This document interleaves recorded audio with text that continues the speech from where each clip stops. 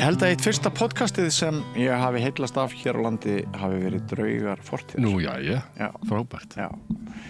Og nú 6 árum eftir að ég heyrði fyrsta þáttinn hann sestur hjá mér, ein af fyrirmyndum og hetjum, segi ég bara, gítarleikarinn í Ham, sakfræðingurinn og hlaðvarpsstjórnandinn Flosi Þorgeirsson. Vertu velkominn. Takk fyrir. Þú varst byrjaður á þættinum, ég var að grípa fram í því. Nei, mér finnst það flott. Hérna, alveg svo glópur. Það er í fyrsta skipti sem það gerist, sem segir mér bara að þú ert óvenjulegu maður.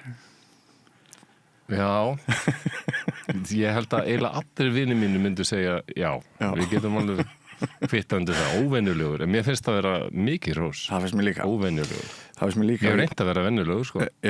Það tókst ekki. Nei, ég hef reynt að líka og það er eitt sem að skelfur mig mest, það er þegar ég heyri fólk tala um að langi til þess að vera það eins og venjulegt fólk. Ertu á sömu línu? Ég var þannig, sko. Það? Manni var náttúrulega kennt að ef við erum með sömu skilgreininguna og venjulegt, þá fyrir mér kannski venjulega fólkið sem bara líður ágætlega í sínu eigin skinni og í sínu eigin vinnu og með sínum eigin maka og með sínum eigin börnum þetta fólk sem getur einhvern veginn lifað einföldu lífi, venjulega fólkið og tekur þessu samfélagi hérna þessari veröld bara eins og sjálfsögðum hlut og svo funkar ég bara í þessu samfélagi ég hef aldrei geta tengt við þetta. Ég reyndi samt, sko, ég hætti að drekka á sínum tíma þegar ég var ungur maður, eignaðist 2 börn og var komin í stabílt samband, fann að kaupa íbúð, hélt einhvern veginn að þegar maður fær að gera þetta, bara verða svona nýtur samfélagsþegn í einu íslenska samfélagi. Og sem ég vil nú meina að ég hef alltaf verið, samt. En ég ætla að reyna að fara þessa venjulegu leið, bara búið til fjölskyldu, verið í fastri vinnu og ég fann bara að það breytti engum, mér leiði ekkert betur. Nei. Það var reyndar einmitt á þeim tíma, svona miðjan 10. áratuginn sem ég fer að skynja. Það er eitthvað svo djúpstætt að það er sama hvað ég gerir sem kemur utanfrá. Það mun ekkert láta mig líða betur. Það er sama hvað það er. Þótt að vera heimsfræð og mikið af peningum. Finnst ég bara að hafa upplifað það svo sterkt að það myndi ekki hafa neina áhrif. Nei. Þetta er allt inn í höfðinu á mér. Já. Þar þurfti að taka til. Einmitt. Sko ég held að ég sé hálf smeykur við þennan heim sem þú lýstir að vera bara hamingjusamur, lifa venjulegu lífi og allt það sko af því að kannski ég þekki ekki það svo vel. Nei, nákvæmlega, sama hér. Og þú veist, maður lærir einhvern veginn eftir í sem áratugunum vindur fram að lifa með sjálfum sér. Já, það er hárrétt. Með þeim kostum og göllum sem því fylgja.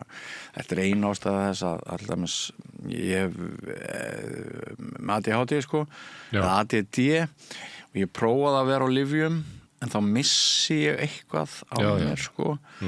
Og jafnvel þótt mér líði kannski með ákveðnum hætti betur, þá bara en þetta er samt ekki alveg gamli gaurinn, þú veist, lurkum lamin en eins og setur, díseltraktor, kemst upp brekkuna, sko. Já. Ég hef alltaf líkt sjálfum mér við, ég er nú kannski alltaf montinn, líkt sjálfum mér við, sko, Rolls Royce, sem er samt bilaður og er stundum það bilaður og hann nær bara 20 km hraða. Já. En þá er ekki dúana merkilegt að vera Rolls Royce, sko. Það er nú skemmtilegt að við verðum með þessum hlutverkum í viðtalinu, annars vegar Rolls Royce, bilaður og svo setur dísel. Setur er miklu, já. Ég man, það var bara sálfræðingur á sínum tíma sem sagði þetta við mig, þú ert Rolls Royce með bilaða vél. Mér ást þetta eitthvað svo bara eins og Bubbi Mortens eða getur sagt þetta. Og leiðu þú lækkar röddina. Djúp svona alþýðu speki. Já, og leiðu þú lækkar röddina með bilaða vél. Þá bara fer ég inn í Drauga fortíðar og allt tikkar inn. Já, það er gott að vera. Heyrðu Flosi, við þekkjumst ekki neitt. Nei. Við vorum að hittast í fyrsta skipti fyrir 10 mínútum. Já. En mér hefur fundist þú flott fyrirmynd eins og ég nefndi í inngangnum. Ég get ekki hugsað mér betra hrós, sko. Er það nokkuð? Nei. Og mér datt í hug, þótt ég þekkti þig ekki neitt, í ágúst í fyrra að senda þér skilaboð. Og þar falaðist ég eftir því hvort þú væri til að koma í spjall við mig á samstöðinni. Jú. Og þú svaraðir þessu bréfi í ágúst 2025, það kom svarbréf frá þér í síðustu viku. Já, og núna erum við í mars 2026, ég veit. Þetta er kannski ástæður því að mitt motto hefur alltaf verið aldrei of seint. Nei. Alveg frá því ég heyrði þitt frábæra lag Mannakorna aldrei á seint fyrir ást sem gaf mér ákveðna von síðan þá verður röddin í en Ellen verið einhvern veginn svona bara svona goðum lík í mínum eyrum sko, á því að barn elskar mannakort það var eina svona íslenska hljómsveitin á sínum tíma sem var ekki eitthvað hörð og svona rokkuð og punkuð sko, sem ég gæti alltaf sætt mig við mannakort sko. Það var eitthvað þar og þau fundu svo sannarlega sin eigin tón já, nákvæmlega, það er það sem er svo mikilvægt og ekki bara fyrir hljómsveitir, þetta er kannski fyrir fólk líka sko. Já, einmitt en þannig að já, ég hefði líklega aldrei svarað þessu fyrir en að mér langaði að senda þér einmitt hrós og daginn, ég hafði samband við þig var það ekki síðustu viku? Jú, síðustu viku Þakka þér fyrir að tala, það var hann Gunnar Sigurðsson heitir hann það ekki? Jú, leikstjórinn ég var bara í bílnum að keyra og ég sat lengi bara, vildi ekki fara út úr bílnum sko mér langaði að heyra meira já, og ég var eftir að hlusta á alveg lokin á þessu vitali en það er alltaf því ég heyri svona ef einhvern maður sem talar bara hreinskiptin máta sitt líf og skömmin er greinilega sko að búið að taka af henni, maður finnur það þetta finnst mér líka svo miklar fyrirmyndir það er svo frábært að heyra þetta og svo segir þú kallar mig fyrirmynd og ég fengi svo mikið ég hef verið nefndur núna í bókum bara út af því að ég er svona fullorðinn kallmaður sem bara er óhrættur við að segja mér líður ekkert vel ég held það og bara tala hluti þú normalíseraðir sem var já, það ég á alveg til að gera þetta aldrei mikið af því já, sko, þú normalíseraðir sem var óhefbundið á þeim tíma í draugum fortíðar já, okay. að þú værir bara að díla við alls konar djöfla já og værir ófullkominn maður já og það var hressandi já, mitt það ég fengi þessi svör sko það bara heyrðu þetta er merkilegt sko en það er þetta að koma okkur eitthvað óvart við sjáum það nú í Alcoholics Anonymous að bara, maður er á okkur fundum það er fólk sem þekkist ekki neitt og þetta hefur heilmikið áhrif á mann sem fólk er að segja, bara út af því að það opnar sig sko. Og maður skynjar oft ef manneskjan er að opna sig eða ekki ég er alveg á því við höfum eitthvað svona djúpa taug hérna bara í mannskepninni og kannski sérstaklega okkur sem við upplifað svona áföll og upplifað það að okkur finnst við vera svikin og verðurinn sé hættuleg, fólk sé hættulegt og við erum alltaf á varðbergi ég hef stundum sagt þegar ég var að tala við ungt fólk sko, sem til dæmis er komin í aðsamtökinu og svona, passa með að nefna þau ekki aðeins svo mikið hérna. En þú ert samt ekki talsmaður þeirra, þótt þú sérst að tala þetta. Og þau hafa... Ég er ekki feimin við þetta að aðsamtökin bera á góma í samtölum. Nei, ég var ekki alveg svo upp í þessu. Anonymous, þetta... Ég veit að það sumir segja að þetta sé bara tabú, sko. Ég held að segja miskilja hérna svo kvöldu erðavinnir aðsamtökana. Þeir svona þannig tala. Já, ok, það getur alveg verið. Ég stend á mig þessu. Ég hef sagt við krakkar sem sko, og sagt við þau sko mörg ykkar eiga það til að þjálfa með ykkur eitthvað sem nánast bara gæti kallast eitthvað superpower. En svo það að bara koma heim og áður hún tekur í húnin og opna dyrnar að heimiliðinu sem barn, þá vita margir hvernig ástandið er inni fyrir. Finna það bara á sér eitthvað. Ég trú ekki neitt yfirnáttúrulegt sem slíkt en ég trúi mikið á heilan ég er ofsalega hrifinn af því líffæri sérstaklega þegar ég fór að taka til hérna uppi sko. Já, og tilfinningarnar og innsæið svo kallaða hvernig það er þetta er innsæið já, lærið summa af öllum fjandanum og auðvitað á maður að treysta því Mér finnst eftir því sem ég verð eldri þá finnst mér meira og meira á þess að græða sko. Þetta, og sérstaklega þegar kemur því að skynja fals í fólki en það er náttúrulega þegar maður er 8 ára gamall og treystir engum fullorðnum það er náttúrulega eðlilegt kannski að það fara að verða til eitthvað grjóthart varnarkerfi sko, sem er allt of sterkt allt of duglega því mér líður stundum eins og Arnold Schwarzenegger í Terminator myndunum sem byrja báðar á því að hann þarf að byrja á því að finna sér föt sko. Þegar þú kemur úr framtíðinu og mátt ekki taka neitt með þér sko. og hann lappar inn á einhvern svona rockara bar eða svona mótorhjóla bar og skannar alla og finnur strax þann sem passar honum best og segir bara við hann ég þarf að fá fötið og mér líður stundum svona að ég lappi inn í herbyggi, ég fer strax að skanna eitthvað möguleg ógn hérna og ég ger þetta ekki meðvitað. Nei. Það bara eitthvað djúpt í mér sem alltaf á varðbergi. Já, en ertu með einhverja teóriu fyrir því að hverju það kemur stundum fyrir? Auðvitað eru við sem persónuleikar kannski misnæm. Mér finnst það líklegt, sumir virðast vera með bara sitja mjög svona fast í sjálfu sér og umhverfið í hvert og eitt skipti virðist ekki hafa mjög mikil áhrif á þá, burt séð frá því í hvaða umhverfið þeir eru. En sum okkar, og veist, eitt frasin er utanáliggjandi taugakerfi eða hvað maður á að kalla það, sem sko ekki bara bölvun, það líka mikil blessun, því að það gerir manni kleift að skapa, búa til alls konar hluti, greina alls konar hluti og allt það. En það sem ég er að reyna að segja í þessum löngu aðfararorðum er sko, veistu hvað er í gangi þegar maður hittir kannski ókunnugan einstakling og bara einhvern sem maður hittir fyrsta skipti og manni líður svo rosalega illa nálægt honum. Og maður veit ekki af hverju, það er ekki hægt að fletta þau upp í ferilskráni að hann sé barnaperri eða eitthvað, skilurðu, bara, en samt fær maður svona rosalega sko vonda orku og stundum þá bara ég í þeim aðstæðum, ég þarf bara að hlaupa í burtu, sko, bara bjarga í einn skinni, sko. Það er dónalegur, sko. Hvað Ég þetta? ekki viss að ég hefði upplifað þetta sjálfur, sko. Er það ekki? Nei, ég var rosalega... ég fann hjá mér þörf voðalega fljótt til þess að horfa á ljótleikan í lífinu. Já. Ég var bara 20 eitthvað þegar ég bankaði upp á áfengiskeðtildina í Hringbrautinni og sagði, má ég fá vinnu hérna?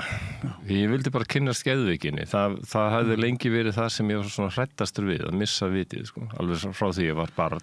Ég þekki það náttúrulega. Já, það er rosalega tilfinning. Að vera hræddur við að missa vit. Já, og finnst þess að þú hafir ekki stjórn á þínum raunveruleika og þínum skynjun. Já, ég held sé miklu verra en ótti við að missa lífið. Sjálft. Já. Ég held það. Já. Og þú nefnir nú einmitt aðsamdöngin áttur. Það er oft talað sko, ef við höldum áfram þessar braut, það býður okkar geðveiki eða dauði. Það er oft sagt hérna í gamla dag, ég held að það sem búið að tóna þetta kannski, já. En ég var náttúrulega áfengiskeðtildinu og sá þetta þar, sko. Já. Ég fór á mína fyrstu aðfundi bara sem starfsmaður. Já. En þar fannst mér dálítið eins og það er skrítið að hitta mannesku sem er hryllilega illa farin af geðsjúkdómum, en þú skynjar samt, það er eitthvað rosalega gott í þessari mannesku. Og ef sko ég man eftir til dæmis sem manni með geðklofa sem er svona yndislega fallugu persónuleiki. Mér fannst hann alltaf vera svona persónuleiki hans var stattur hérna í auga fellibilsins og kringum hann alltaf þessi brjálaði fellibilur sem er bara geðsjúkdómur og það er erfitt að komast þar í gegn, sko. Stundum sér maður í gegn, sko, þarna er hinn raunverulegi og svo bara kemur geðvíkin eftir og það er eins og vera með eitthvað fellibil í höfðinu nánast. Já. Og að sama skapi finnst mér í stundum hafa hitt fólk sem var svo ég veit ekki hvort að illska er til, Björn. Nei, ég veit það ekki heldur. En það vantaði eitthvað svo rosalega mikið að ég var alveg efins ég hef ekki hitt marga svona á ævinni en mér fannst bara að það er ekkert mannlegt lengur í þessum einstaklingi. Þetta voru reyndar allt kallmenn nei, kannski ekki, en ég vann á geðdeildum í Danmörku líka, svona móttöku geðdeildum, komu margir fíklar og ég meina ég fór reglulega í göngutúr með 2 mönnum, sko, annar var axarmorðingi, það hefði drepið 2 menn og exi og hinn var sko nýðingur, barnanýðingur og fyrrum sko hermaður sem hafði alvöru reynsla af sko hryllilegum stríðum frá 7. áratugum, sko. Já. Og maður einhvern veginn mér finnst ég svona að læra þetta aldrei að reyna að líta fram hjá maður fer svo fókus á fljóta á þetta ljóta, sko. En mér langaði að vita hvernig persónur er þetta, hver er þeirra saga, það hefur alltaf verið sterkt í mér. Já. Ég held að þetta aldrei lært það svona í þessu geðbatteri að það er bara ekki hægt að dæma mikið. Nei. Og svona frekar gefum fyrir það að hampa ljósinu en skuggunum. Finnst þið það? Hljómaði þannig? Já. Það er rosalega gott. Það er alveg nýtt. Ég get svo eftir það. En ég er að reyna það. Já.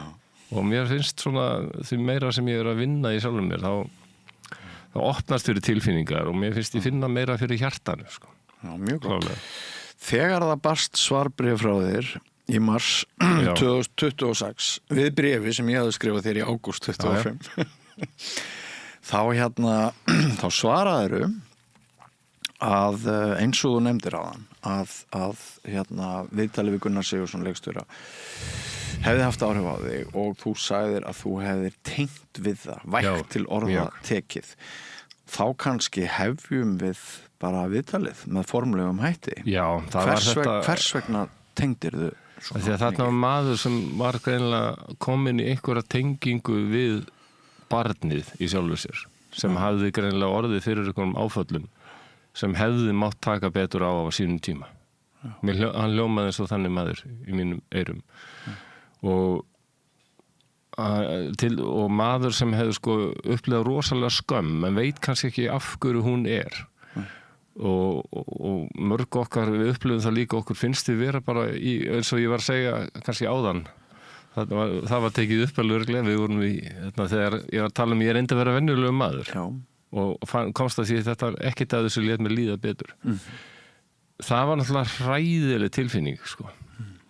Að því ég var nú bara að hlusta á Smashing Pumpkins í gær, þá bara mundi ég eftir því þegar sú plata kom út, Melancholy and the Infinite Sadness og heyrði lagið Bullet with Butterfly Wings og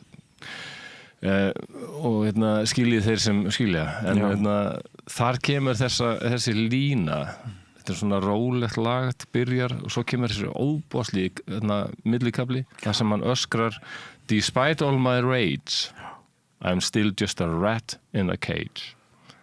Þáttur í hvað ég þessi óbóðslega reiði og ég bara rottaði í búri. Það var dálítið tilfinningin sem ég fann, það eitthvað ósýnilegt búr hérna.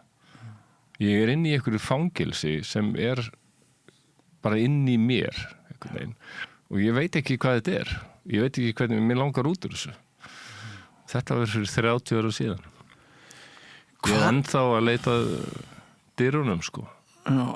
Ertu tilbúin að fara í gegnum það hvað það var í bernskunni, uppvöxtinum, heimilisaðstæðum, sjálfum þér og umhverfinu sem að var við að klíma?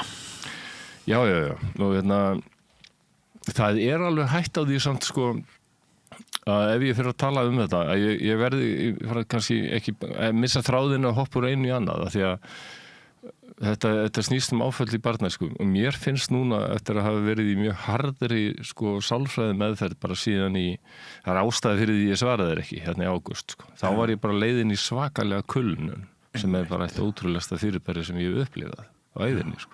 Við skulum ræða það á eftir. Já, það guð mig góður, það hróðalegt. Það eitt að ég fáa sem ég þekki ekki í þessu seti held ég. Nei, þú ekkert kennast því, en getur tekið eitthvað slæmt þunglindiskast og margfaldað bara með 100 eitthvað.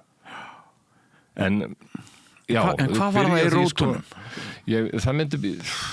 Ég myndi þá segja, sko, ég man ekkert mikið eftir ævi minni fyrir 8 ára aldur. En það svona flest allt ágætt sko.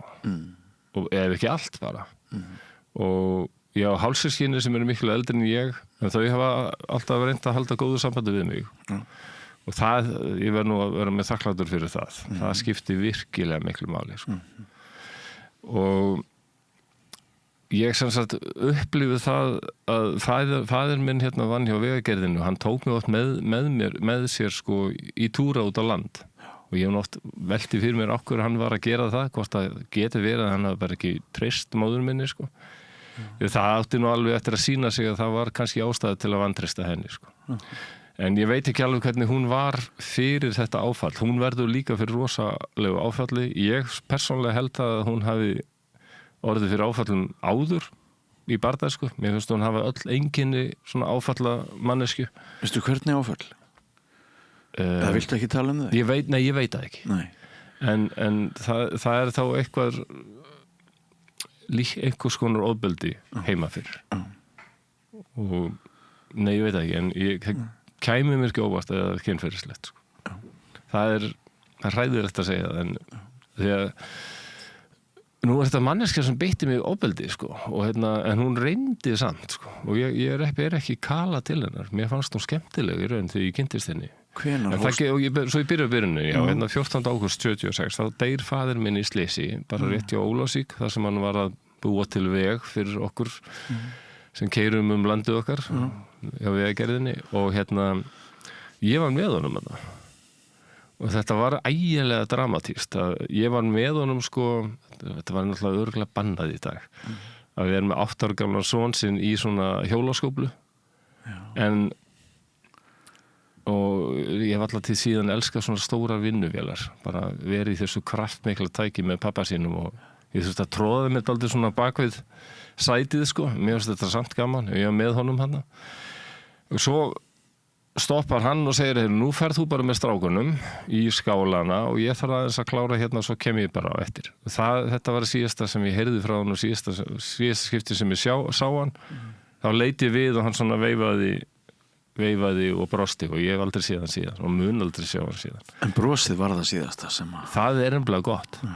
Það er gott hjá þeir að fókusa það því að það er svo algengt hjá okkur að við fókusurum svo á þetta neikvæða og við eigum náttúrulega að gera það en það er alltaf það eru alveg hlutir sem þetta hefði getið verið verra. Já, þessi haldreipi. Já, hann hefði sparkað í mig og drullað þér að farðu það með strákunum þetta, strákgerpi. Það væri vond minning.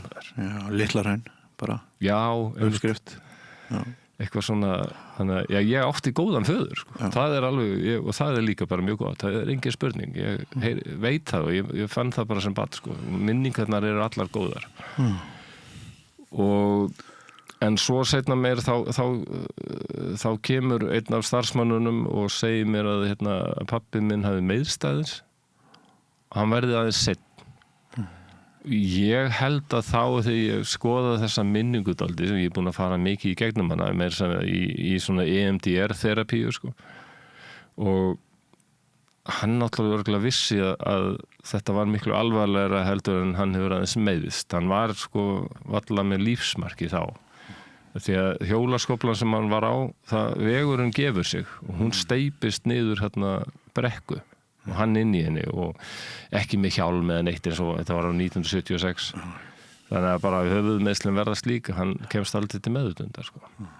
og náttúrulega þetta getur ekki verið leyfilegt í dag og þá þurfa starfsmennir að díla við það þarna er 8 ára sonur ég ofta velti fyrir mér hvort að þeir hafi bara hvort einhver einn hafi bóðið sér fram sko, til þess að bara segja þetta við mig en ég held samt að ég hefi alveg skynjað að það er eitthvað voðalegt mér finnst það ég horfið tilbaka og svo miðan óttinni er vakin og þá er stóri bróðir minn, hálfbróðir minn sem ég hefði nú ekkert haft mikil samskipti við en leit mig upp til samt sko og það var gott að heyra þarna rödd sem ég kannaðist við þá var hann allt í einu mættur að ná í mig sko og minningin er miðjan ótt að fara út í eitthvað bíl og bara sitja með honum í aftursætinu bara alla leiðina til Reykjavíkur sem var þá miklu lengri akstur sko 1976 heldur en það er í dag þetta gátt alveg verið að minnst okkur til 5 tímar eins og vegirni voru þá og bara engin brú yfir Borgarfjörð eða göngundu Hvalfjörð mamma mín verður náttúrulega fyrir rosalega áfalli líka en það var pabbi alveg svona dálítið mikið akkeri fyrir okkur bæði sko.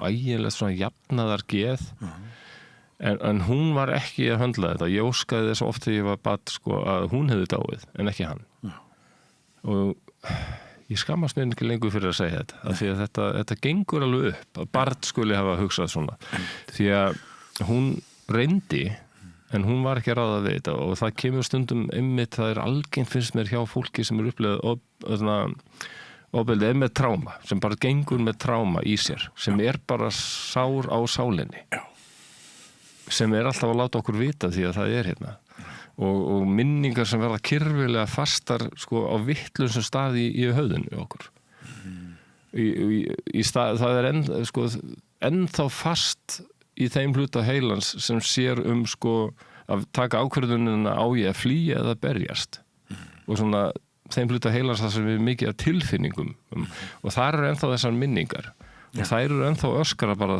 þetta, og segja að þetta er ennþá í gildi ógnin er ennþá til staðar og við verðum að passa okkur. Og það eiginlega trámað fyrir mér. Að missa föður sinn Halldór Laxness sagði, það besta í heiminum, næst áttu því að missa móður sín eða eitthvað. Sagði hann í Paradísarheimti, Brekkuhúsarsanál.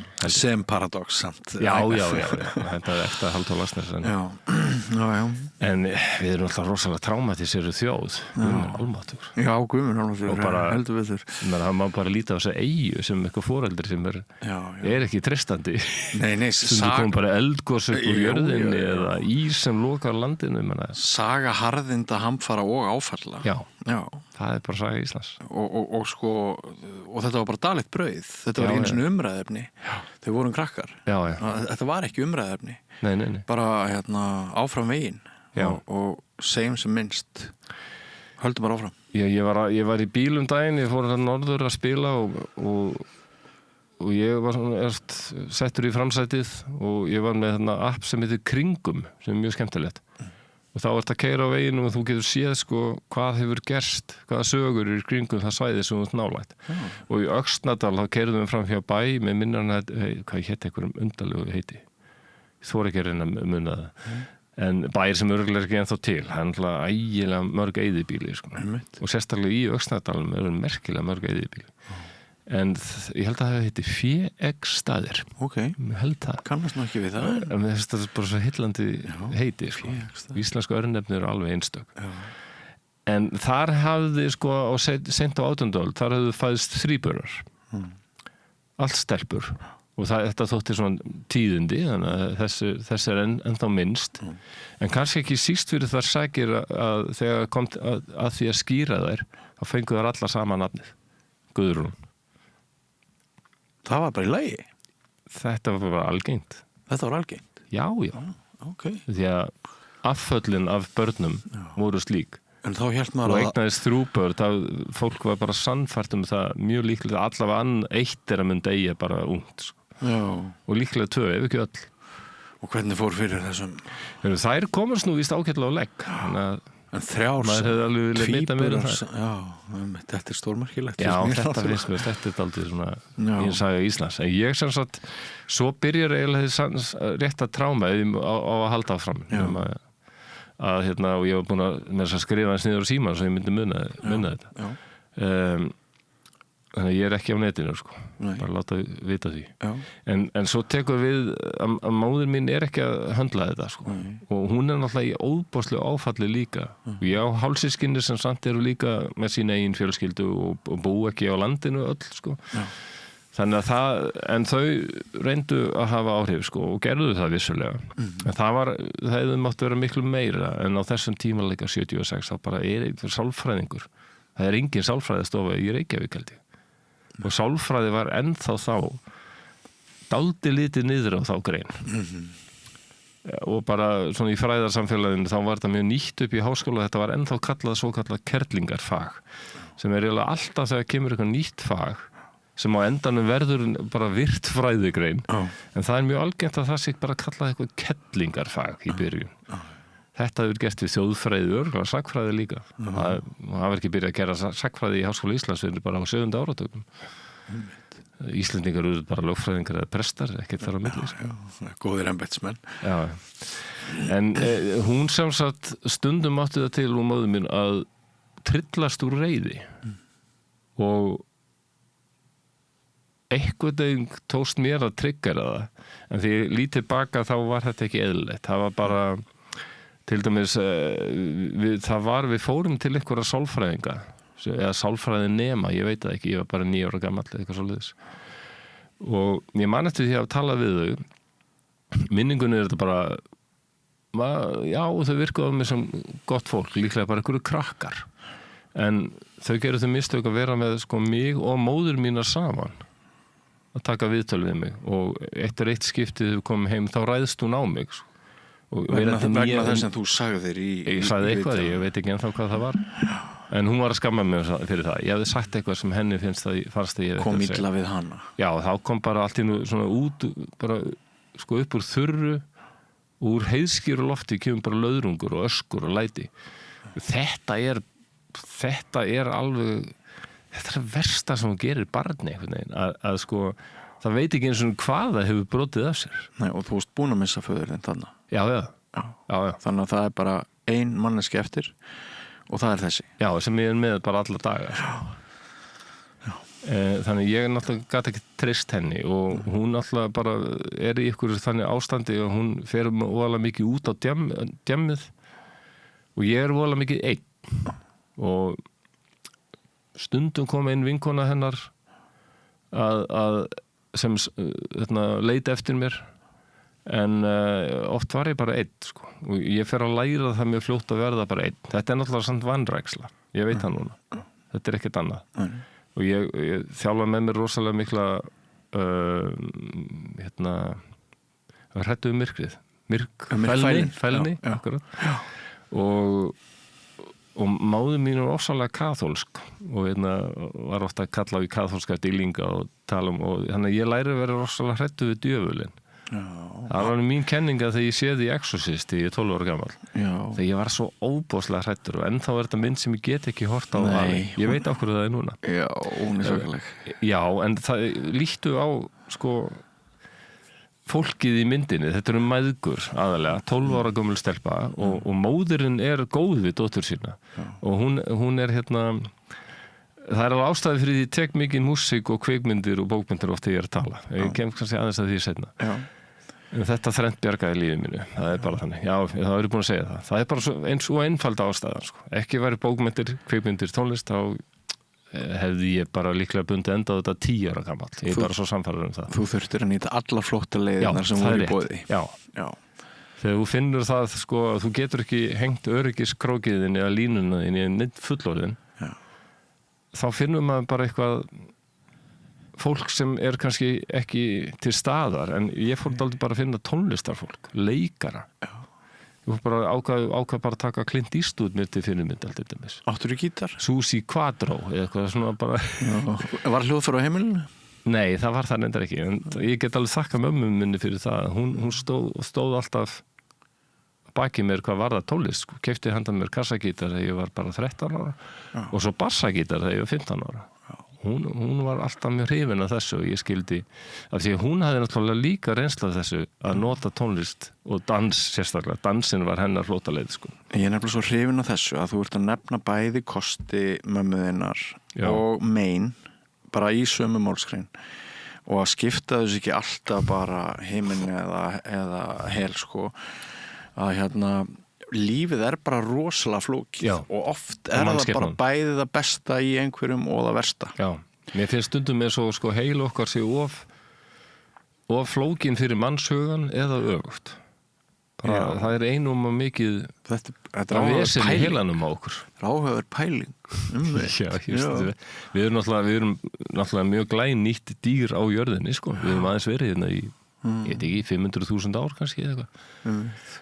og náðu ansið langt verði að segja, en það er dýr hérna eins og ákveðna tegundar af kröbbum sem hafa verið eins í 30 miljón ára Grænlandshákarlinn sem er nú eiginlega bara fullkomnari verið en við sem verður 500 ára gamall eða eitthvað hann er náttúrulega búin að vera hérna í marga miljónir ára Við erum nýkomin, þannig að kannski erum við bara eins og að þróast Við erum nýkomin og taugafrumur okkar hafa vist breyst bara núna síðustu árin út á þessari nýju tækni út á símanum og sítekningun og öllu því þannig að til marks upplausnuna er runni sem er hjá okkur sko.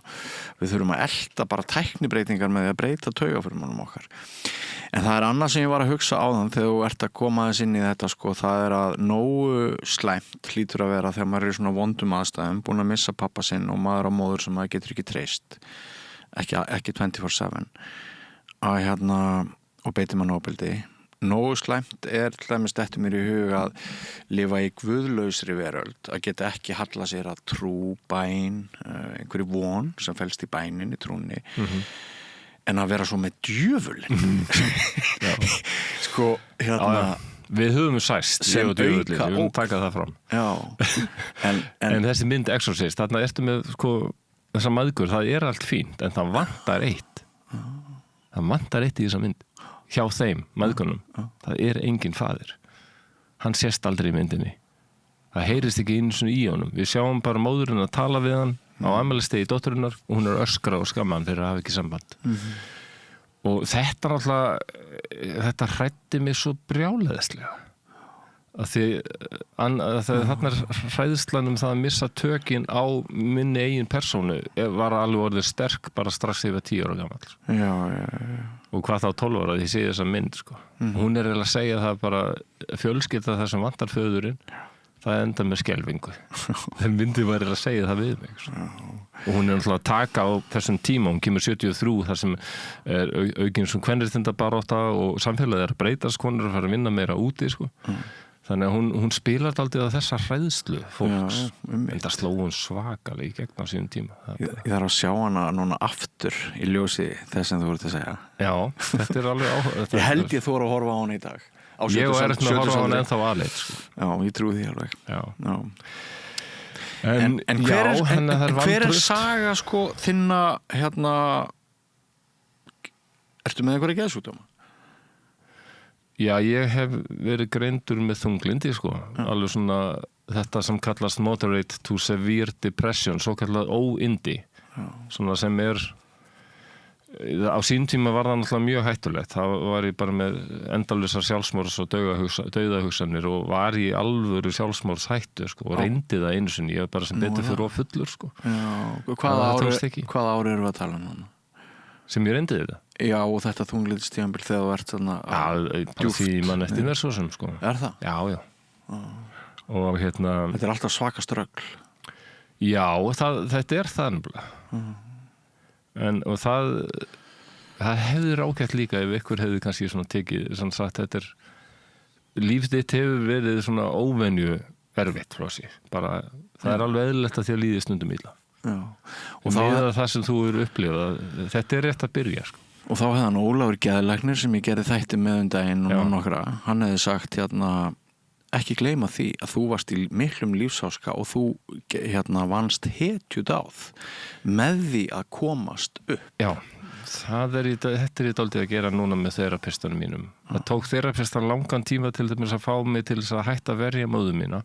Já. Og ég held ég sé komin á þann stað núna að ég get bara talað um hana hlutlaust af því að ég hef meiri samúð með henni, hún brást, sko, við skulum hafa það alveg á hreinu og hún var fullorðni einstaklingurinn og ábyrðin er hennar, ekki barnsins, ábyrðin var aldrei mín, en það getur að vera svo margar ástæði fyrir því að ég get alveg trúað því í hennar aðstæðum hefði ég brugðist, ég ætla ekkert að vera að mála hana sem eitthvað djöful, stundum er svona tráma, svona áfallasaga og svona það sem við köllum stundum geðsjúkdóma í ættum, þetta bara endurtekur sig.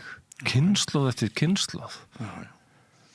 Þeir sem misnota börnin sín búa til fólk sem misnotar sín börn og fólk sem verður fyrir rosalum áföllum hefur kannski ekki alveg þau verkfæri sem þarf til að ala börnin sín, hvað við að segja, svona innan gæsaleppa rétt upp og gera alvarleg mistök og skammast sín og þetta bara vindur upp á sig. Ég upplifi þetta dálítið þannig. Já, ég held að þess vegna finnst mér þetta svo mikilvægt.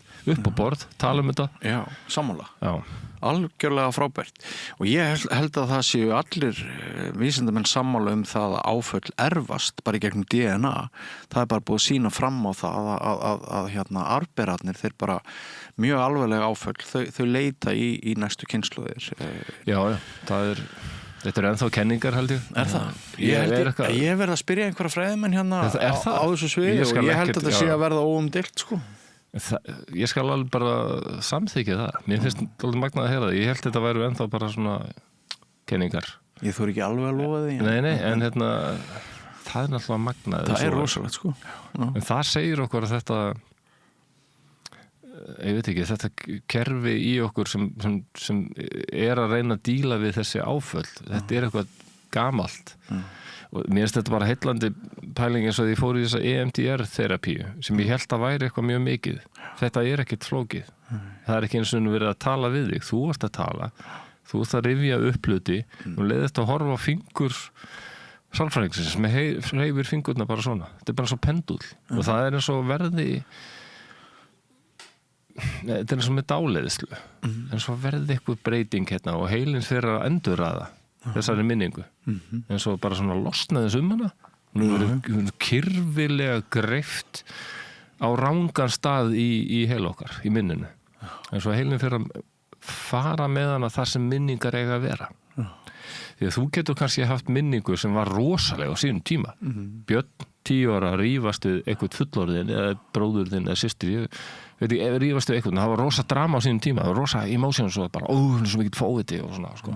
Og þetta var mjög alvarlegt mál kannski á sínum tíma eða þú sem úlingur þetta rífa við eitthvað, svo líður tíminn og minningin er prósesseruð, bæði af þér og hinum og þá getið þið dálítið hlegið þessu bara manstu þegar þú sagði þetta við mig og stormaður og dyr og þetta er bara þetta er dramað er farið Ég hef rekið mig á þessu í sögunni að ef maður tekur mjög viðkvæman atburð langt aftur í tíman sem hefur valdið manni mjög miklu miska og skaða og maður kemst á þann stað, kannski við annan mann sem mögulega er hlutað eigandi líka einhverju leyti, að ræða viðburðin og hlæja honum, ef maður kemst sko á þann stað að hlæja honum, þá ertu búinn að kveða niður draugin þá er glámur úr sögunni, ef þú nærð þessum þroska en það getur verið rosalegt ferðalag að komast á þann stað sko. Ég held það örugglega. Já, en galdur samræðunar og umræðunar og allt þetta er náttúrulega og þessi menningarbreyting að við séum farin að þora að ræða þessi mál einmitt sko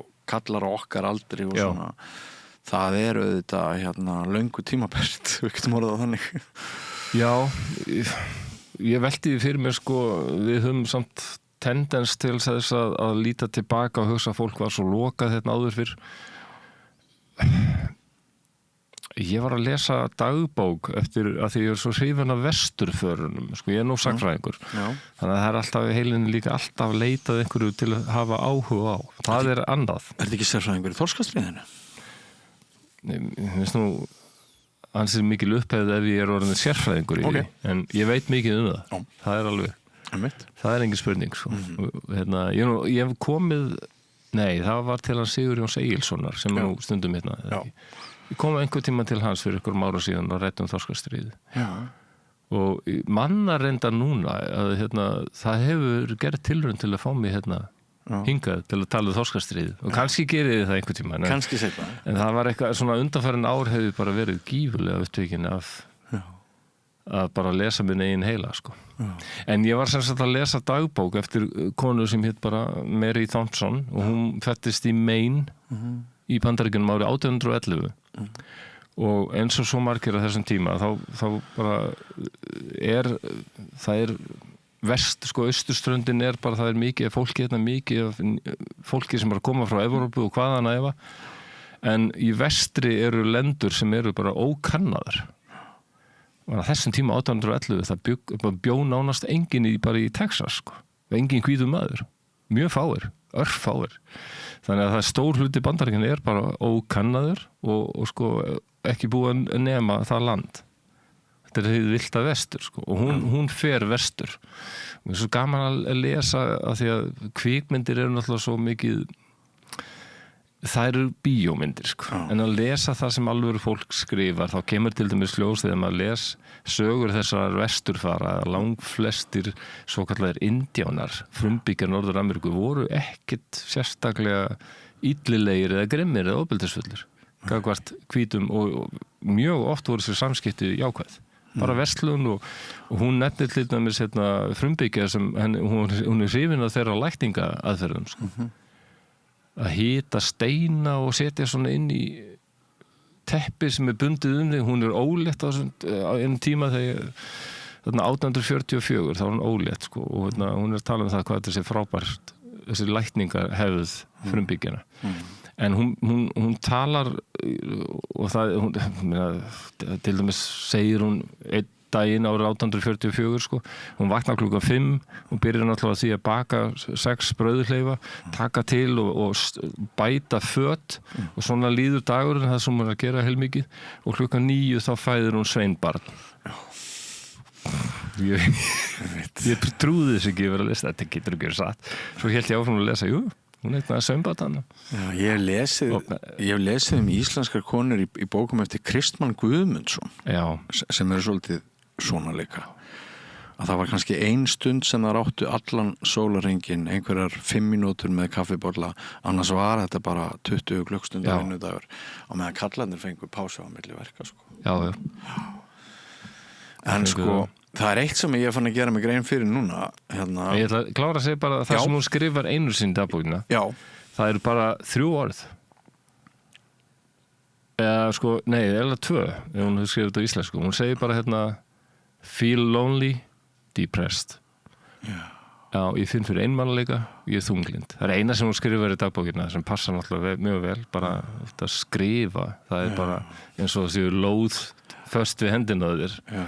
Þegar þú ert með þunglindi, það eins og sett með 300 kíló á bakpoka, þannig virkar þunglindi. Það svo líkamlegt oft. Hún gerði hvað hún gat til þess að opna á það með. Já, hún alltaf kona, en svo heyrir maður frá 19. öld karlmenn voru oft heldust í hendur, kyrstust meira og svona ég velti fyrir mér hvort að þessi óbóðslega þöggun og þessi stálhlemmur sem virðist bara karlmennum virðist að hafa verið skipað að setja á tilfinningar hvort að mér finnst það vera mikið svona eftir fyrir og seinni heimsstyrjöld þá fer að koma þetta ofsalega maskúlín fígurur og ég tala ekki með bíómyndunum þegar þær virkilega fara að ná flugi sem ná 7. áratögnum til dæmis 50 eitthvað þá fyrir að fá svo óbóðslega ýkta og svona brenglaða karlmanns ímynd sem ég ekkert viss að sé bara hinn rétta karlmanns ímynd ef ég bara verður hreinskilin sem sakfræðingur ég ætla að karlmenn hafi í gennum tíðina oft verið miklu mýkri heldur en þessi Akkurat og karlmenn máttu á 19. öld þá var náttúrulega á 19. öld var karla liturinn rauður og kvenna liturinn var bláar svo snýst þetta við á 20. öld en þarna á 19. öld að því að karlmenn máttu vera þeir máttu semja ljóð og vera alveg finna fyrir hjartans köllun og þeir máttu halda framhjá og bara elta bara tilfinningarnar og svona og semja ægilega leikrit sem var fulla tilfinningum en konur áttu að vera þessi blái liturinn kaldur og hann kyrr þetta svona statískur litur þannig áttu konur að vera segi ekki mikið og bara svona en svo breytist þetta bara alveg öfugt bara kallmenni að vera bláir segi ekki neitt, bara ofsalega stóískir en konum með allt í verða rosa móðursjúkar sem mjög gott ég held að það sé betra að við fáum tækifæri til þess að verða smá móðursjúk, það einhver ástæða fyrir hysteríunni okkar og þunglindi og vanlíðan Hugmyndir Evrópubúa dauðan byggðar á öllum mannfórnunum í seinni heimsstyrjöldinni breyttu mjög miklu fyrsta lagi bara fysiskt hvað var þar nálgun okkar hugmyndir dauðan skömmina stungið undir stól látið eins og var ekki til af því það hafði verið svo mikið til af honum dauðanum að samkvæmt þeim heimildum sem ég las þegar ég laðist í rannsóknir á þessu efni og skrifaði bókunduðan fyrir nokkrum árum og núna ég þegar þú að segja þetta þá ég að velta einmitt fyrir mér hvort þessi 20. aldar breyting hafi ekki þá orðið á miklu fleiri sviðum heldur en varðaði þetta og svona kannski að bjóða kenningu þinni þá upp í dans með því að því þú nefndir stríðin og áhrif þeirra trú ekki sem sérfræðingum dauðan þetta fyrir fram að mig. Ég mjög heillaður af því fyrirbrigði. Nú ertu búin að opna alveg Pandoru-box. Er það? Já, ég náttúrulega horfðist í augu við dauðan þegar pabbi deyr. Mér finnst það. Þarna bara sé ég hvernig hann og hvaða áhrif hann hefur á fólk. Og mér kunni ekki að meta það. Neitt. Og ég man eftir jarðarförinni hvað þetta var allt. Enginn talar og allir svo alvarlegir og þetta eigur bara á mitt tráma enginn talar af hverju pabbiðin dáin af hverju hegðar mamma þín sér svona og ég náttúrulega var ekkert mikið að segja frá því svo sem en þarna fær eiginlega bara minn barnaheili alveg að fara í rosalega ranga átt finnst mér þarna þurfum við fullorðnir og núna í dag ég svo sem sagt til dæmis en vinur mínum frá þessu sem nú leikskólakennari og hefur unnið dálítið mikið með börnum og einmitt kynnt sér dálítið þetta áföll barna og hann sagði þetta hefði gerst í dag það væri bara heilt teimi sem hefði verið að fylgjast með þér þau hefði líklega reynt að taka þig frá móður þinni fljótlega Og ég held sko að flestum tímum ætlar maðurinn sér vel en stundum eru aðferðirnar sem hann notar alveg hræðilegar og alveg stórskalegar. En þetta var ekki fyrsta skiptið sem ég sá dauðan. Það liði 5 ár, þá kom hann aftur að vitja mín. Já, ég á þessum stað þarna, 8 ára gamall, búin að upplifa þetta, 8-9 ára, og líkaminn minn bregst mér. Og það er ekkit óalgengt með börn sem verða fyrir tráma. Það koma líkamleg viðbrögð. Ég veit ekki hvort það er svo, ég held að geti verið nú reyndar bara ættgengt, en ég fer að fá rosalega höfuðverki. Og bara orðin mígræni sjúklingur og ægileg mígræni kost. En versta var eiginlega að ég hef ekki lengur stjórn á þvægið saur almennilega. Ég pissaði undir eiginlega hverju einustu nótt. Svona ömurlegt ef ég að ferðast eitthvað, að fara í skólaferðalega eitthvað, það bara, ég forðaðist það algjörlega. Og þetta gat kannski komið fyrir bara í skólanum og ég bara pissaði á mig. Ég gat ekki passað upp á þetta. Og var það gert grín að þér? Hvað heldur þú? Ég held það. Ég var bara lagður einelti, sko. Ég var bara alveg tekinn fyrir og átt enga vini, sko. Þannig að það jók bara á einmannaleikan og vanræksluna. Ég fer að draga sjálfa mig alveg sko út úr öllu. Ég gat ekki treyst einu sinni eigin líkama, skilur. Þá, hvernig get ég þá treyst öðru fólki? En það er hjálp handa við hornið sem er náttúrulega. Hver var hinn dauðinn sem þú nefndir? Já, má ég koma að því eftir smá? Já. Ég var búin að skrifa þetta aðeins. Já, það er þessi líkamlegu kvillar. Já. En á svipuðum tíma, sem ég er svona 11 ára, þá kynnist ég áfengi. Já. Og tóbaki. Já. Ég varð fljótt viss þetta er bara það besta sem ég kynnst á ævinni. Já. Því ég fæ áfengi og finn bara þessa líðan og allir þessi vanlíðan hverfur. Það var örugglega það besta sem þú fyrir þig gat komið. Ég fekk ekki sálfræðastoð, þannig að það var bara áfengið. Já. Og er þetta ekki eitthvað sem Íslendingar ættu að þekka? Jú, ég held að segja það. Því ég get að tala um þetta.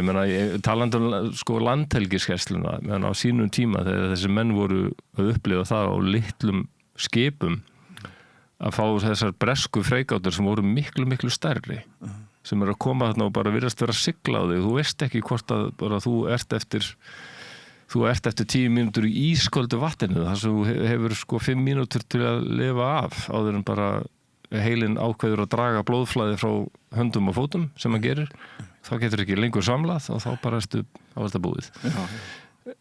Auðvitað voru þessir menn sko, það er einn lofskeytamaður sem sagði mér frá því að hann átti forláta tæki á þessum tíma sem var svona vasareiknir.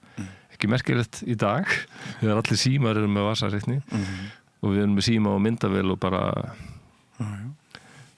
heilt bókasafn á okkur en á þessum tíma fyrir lofskeitamann var þetta alltaf bara alveg mikilsverður hlutur, mikilvægur og hann fann alltaf að hann var ragur að taka þennan hlut með sér út á sjó og svo hrættur að eitthvað gæti gerst og hann myndi tínast. Þetta er alltaf fyndin saga sko að auðvitað er að hugsa það var alltaf undirliggjandi hjá þeim auðvitað og margir þeirra voru traumatíseraðir eftir þorskastríðið. Ég er alveg sannfærður það. Af því að það voru viðvanningar á þessu skipum sem voru kannski 15 ára strákar, 15-16 ára. Já, við höfum alveg dæmið það að eftir mjög erfitt atvik hérna í þorskastríðinu 72-3 þá er þetta 15 ára strákur sem bara settur á land í Vestfjörðum og það er ykkur héraðslæktir sem þarf að díla við strák sem er svo traumatiserað hann getur alltaf talað. Þannig að bara á þessum tíma, ég veit að söpum tíma og ég er að gangi í gennum þetta upplifa þetta. Við höfum engin, við kunnum ekkert að eiga við áföll. Ég er að fatta það núna að ég er með kolranga mynda af þessu þorskastríði. Sko. Já, það er mín kenning. Íslendingar hafa kolranga mynd af því. Já. Sem er mjög hlaðin einhverju þjóðernishyggju og íkjusögum og rugli. Og dyggilega mataðar á bara einni rödd í fjölmiðlum. Þegar allir stóðu saman. Og stjórnmálamenn hafa oft notað þorskastríðin og mér fannst það mjög kaldhæðnislegt þegar Guðni var í framboði til forsetan 2016. Sagfræðingur íslenskur, ef ekki bara í heiminum, sem þekkir þetta efni mest. Og þá var blessuð sem minning hans, þá var Davíð Oddsson sko í forseta kosningu gegn honum, var að keppa við hann og eins og venjulegur stjórnmálamaður gerir, þá fer hann að ráðast aldrei á hina keppendurna frambjóðendur, það orðið sem verið að leita frambjóðendur og sem fekk Guðna til að segja þessa frábæru setningu Davíð, hefur þú enga sómakennd? Það fannst mér stórkostlegt. Það myndi svo McCarthy réttarhöldin. Þegar ég man ekki hvað hann hét, hann var lögfræðingur bandaríska herinn, þegar hann segi við Joseph McCarthy, bara hættu þessari vitleysu. Hvað er þetta að gera, ofsækja gott fólk sem vil bara láta gott af sér leiða? Hefur þú enga sómakennd? Have you no decency? Þetta orðið mjög fræg setning í bandarískri sögu, sko. Davíð gat ekki komist yfir 11% sem hann fekk í forsetakosningunni eftir þessi Nei, það er kannski alveg gengið frá honum. Já, það gekk frá honum. En hann, mér fannst þetta lágkúrulegt að gera þetta, en líka dálítið hlægilegt að því að hann fer að væna Guðna að hafa ekki beint verið nógu þjóðurni sinnaður þegar hann var að fjalla þorskastríðin. Hann er fræðimaður, hann nálgast þetta hlutlaust og ennþá var 2016 náttúrulega Davíð dálítið svona fulltrúi sinnar kynslóðar kannski Kallan hafi verið gamall þegar þetta var 70, 75, ég veit það ekki en þetta er ennþá sterkt þegar við tölum þorskastríðin þannig að ég hef alltaf fundið skaman að skoða þorskastríðin frá sjónarhorni Bretana. Já, Flósi, nú er okkur smá vand á höndum tími. Já. Og sko, það er búið að bókastúdíu og ég heyri af gestirnir eru komnir í næsta samtal. Já, og ég er rétt að byrja. Akkurat, og ég ljósi þess. Ég vil ekki sleppa þér. Ertu til að koma aftur í næstu viku? Já. Er það ekki bara? Næsta vika passa bara ágætlega, sko. Og það er svona bara þrísvar, ef þarf. Já. Af því að við erum rétt að byrja. Já. Ég finn það. Já, ég vil endilega heyra meiri í þér, sko. Við förum að tala dauðan, sko. Nákvæmlega, við skulum bara skiptast á sögum. En þetta er alltaf svona, ef maður hefur ekki nægan tíma til þess að tala hvað manni líður illa og hvað maður hefur spátt, sko. Það er líka svo gaman hvernig þú hefur hvernig útúrdúrarnir styðja við söguna og bara sagfræðin og allt þetta.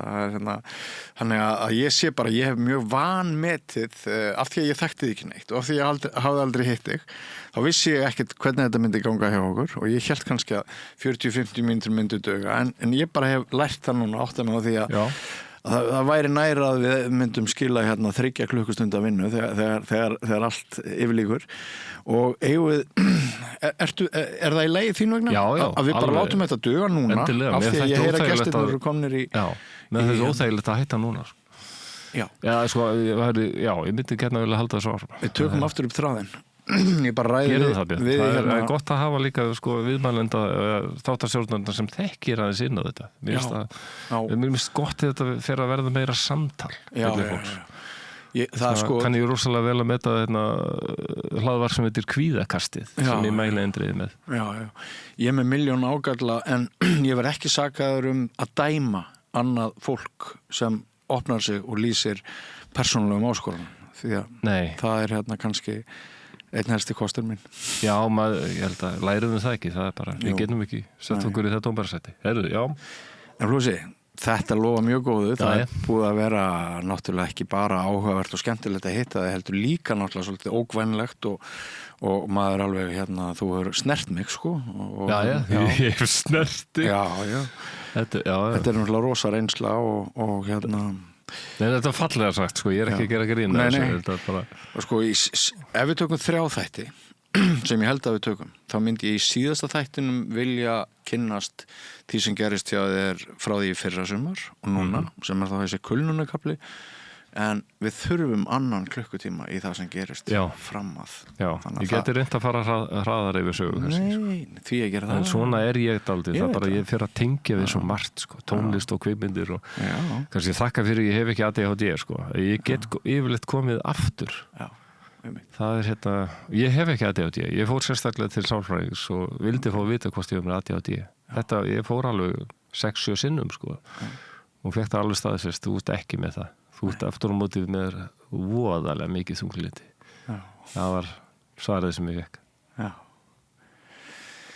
Og einmitt út af því að ég hef eitthvað svo mikið Já, ok, við tölum það seinna. Næstu viku. Svona, ég bara Pandora box og bara byrjar að tala við mig þessa hluti. Bara... Takk fyrir tröstið, að lögum að opna það. Þannig að Flósi, næsta vika, við veitum ekki hvenær, en við förum þá aftur á stjá. Já, það frábært. Kæra þakki fyrir í dag. Til að hitta þig. Sömuleiðis. Og næsti kafli eftir andartak hjá okkur, kæru hlustendur og áhorfendur. Ég heiti Þórhildur Þorleifsdóttir. Á Samstöðinni fjörug, opin, skemmtileg og gagnrýnin umræða allt milli himins og jarðar. Samstöðin á erindi inn á öll heimili.